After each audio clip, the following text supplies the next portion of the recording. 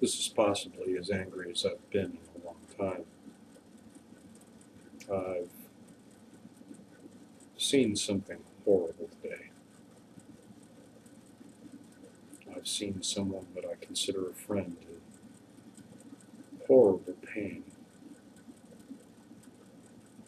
I know him to be a decent person. I've seen him work incredibly hard at being a better person.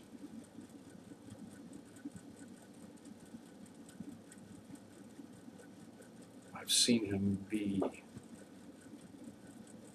rational beyond all expectation of most human beings, even analyzing bits of himself and discarding them for a better objective.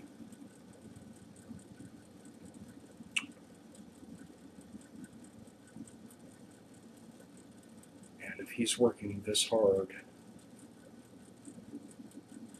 at going to school, trying to master something as important as teaching,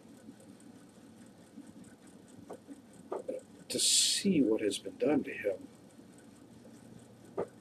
over his house being cluttered,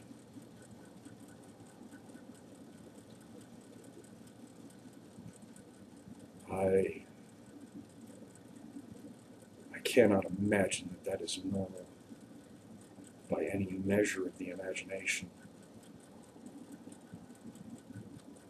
I don't know any students that have tidy homes. There's only a certain amount of time that a person has in a day,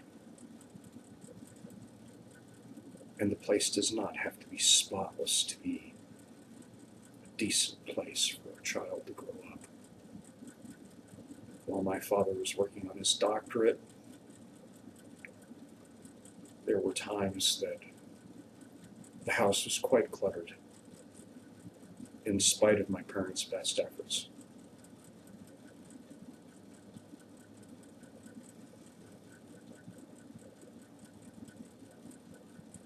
My own home wasn't any better.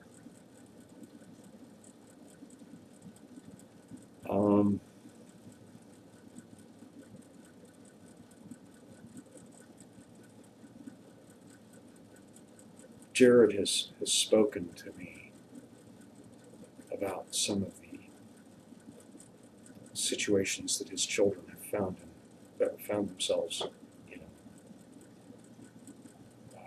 at their school, and I find it appalling that the school didn't address it at the time and remedy it as a bullying situation.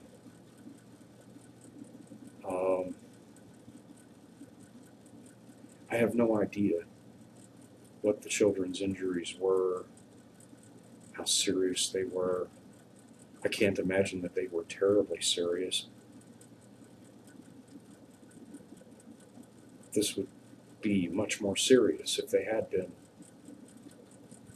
And if they were, and this isn't more serious, then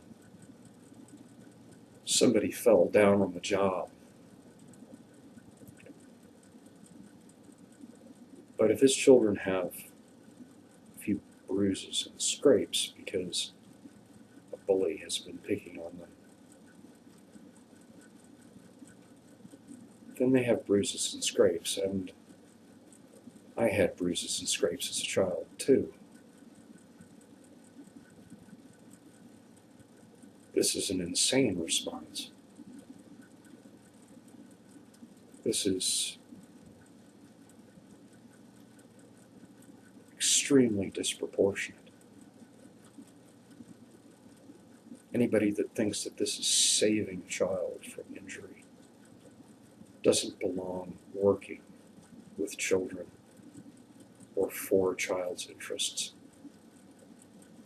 This is possibly one of the most damaging things that could be done to a child.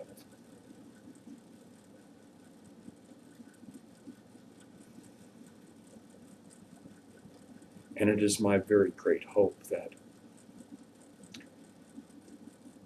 should the judge in Jared's case see this, that they consider and give weight to the possibility that whoever caused this should be punished. If it is a school official, this should cost them their job. If it is the final calling was made by a CPS official, at the very minimum, they should be penalized.